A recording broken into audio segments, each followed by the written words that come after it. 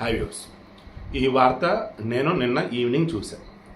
Seriously thumbnail కూడా నేను నిన్న ఈవినింగే చేసి పెట్టాను. కానీ ఇంకా వేరే న్యూస్లో ఉండిపోయి సరే రేపు మార్నింగ్ ఇద్దామని అన్నట్టు ఉన్నాను. మార్నింగ్ వచ్చేసి మళ్ళీ కలకత్తా న్యూస్ చెక్ చేసి వచ్చాను. బట్ క్యాటిఎస్ఎస్పీలోని వీడియో ఇవ్వాలి అని చెప్పి ఇంకా ఇండియాలో మొత్తం కూడా చెక్ చేసి పెట్టుకున్నాను. బా ఘోరం అండి పాపం.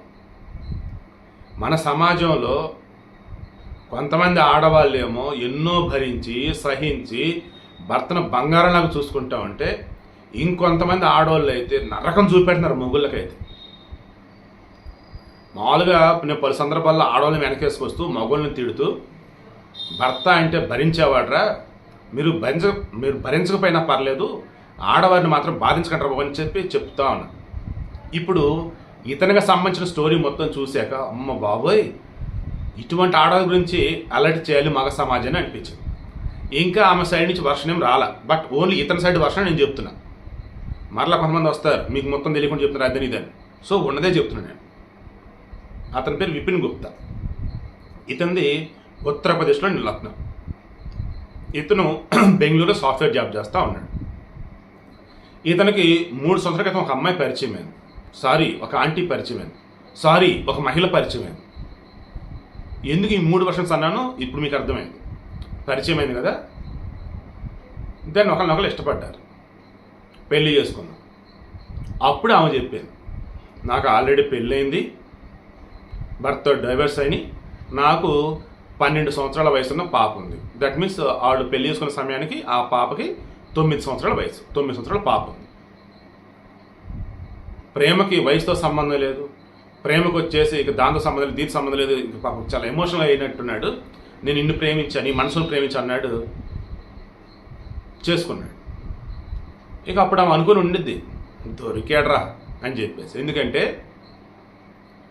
ఆమె ఇతనికి సంబంధించి అన్నం తింటున్నాడా, ఒక అన్నం మీద కింద పడ్డా అరిచిద్దంట, టీ తాగుతున్నాడా ఒక చిన్న డ్రాప్ కింద పడ్డా అరిచిద్దంట. ఒకవేళ బయటికి ఎక్కడికైనా వెళ్తున్నాడు అంటే, ఆ రోజు ఆఫీస్ లేదంటే ఎక్కడికి ఏంటి అడిగిద్దంట. అతను డబ్బులకి మొత్తం లెక్కలు చెప్పాలంట.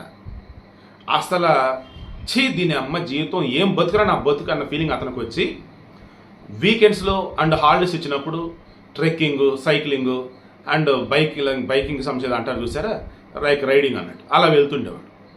ఇలా మధ్య మధ్యలో అప్పుడప్పుడు హిమాలయాలకి, లడాక్ ఇటువంటి కూడా వెళ్ళొస్తున్నాడట, లైక్లా. ఇక మొన్న ఆగస్టు 1st వీక్లో వెళ్ళున్నాడు. ఇంటికి రావాలి, 4 రోజులైంది అయినా రాలా, 5 రోజులైంది అయినా రాలా.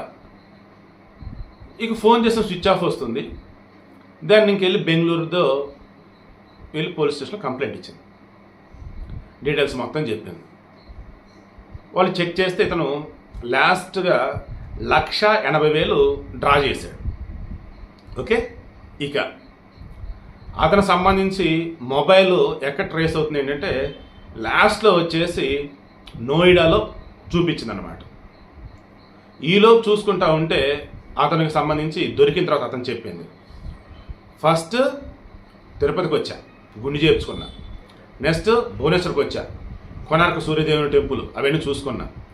ఆ తర్వాత ఇదిగో ఢిల్లీకి వచ్చా, ఇదిగో ఇప్పుడు నోయిడాలో 12 వచ్చున్నాను. ఇక తప్పనిసరి నా పాత మొబైల్లో కొత్త సిమ్ వేసా, దాంతో నీకు దొరికిపోయా. అది కూడా ఎలాగ చూడండి అసలు. దెన్ అతను ఒక మాల్లో ఉన్నాడు. అతను సరౌండ్ చేసిన ఒక 4 సివిల్ డ్రెస్లో ఉన్నారు. అతను అర్థమైపోయింది, వచ్చింది పోలీసులని. నవ్వుతూనే వాట్ నెక్స్ట్ అన్నాడు. బెంగళూరు వెళ్దా అన్నారు. నిజంగా అండి పాపం ఏడుస్తూ వాళ్ళ కాళ్ళ మీద పడ్డాడంట. ప్లీజ్ సార్ అర్థం చేసుకోండి, జుట్టు మొత్తం గొరిగించుకొని ఎవరు గుర్తుపెట్టకూడదు అంటే బతుకుతున్నానంటే ఎంత టార్చర్ పెట్టిందో మీరు తెలుసుకోండి సార్. అందుకైతే పని చేయండి, నన్ను జైల్లో పెట్టండి అన్నాడు. నిజంగా అండి ఇలాగే అన్నాడంట. వీలైతే నన్ను జైల్లో పెట్టండి, అంతేగాని నన్ను మా ఇంటికి తీసుకెళ్ళొద్దు. అలా కాదు, ముందు బెంగళూరు వెళ్దాం, బెంగళూరు తీసుకెళ్ళాడు. అక్కడ కూడా ఇదే వర్షం చెప్తున్నాడు. నరకం సార్, ఆ ఇంట్లో ఫ్రీడమ్ అన్నది ఉండదు. ముందే పెళ్ళయి విడాకులైనా భర్త లేడు కాబట్టి బిడ్డ ఉంది కాబట్టి పర్లేదు, నా బిడ్డ అనుకున్నాను. ఇప్పుడు మా 3 సంవత్సరాల కాపురానికి కానుకగా 9 సంవత్సరాల పాప ఉంది. కానీ ఏ రోజు నాకు ప్రశాంత్ అన్నది లేదు సార్ ఈ కొంపలో.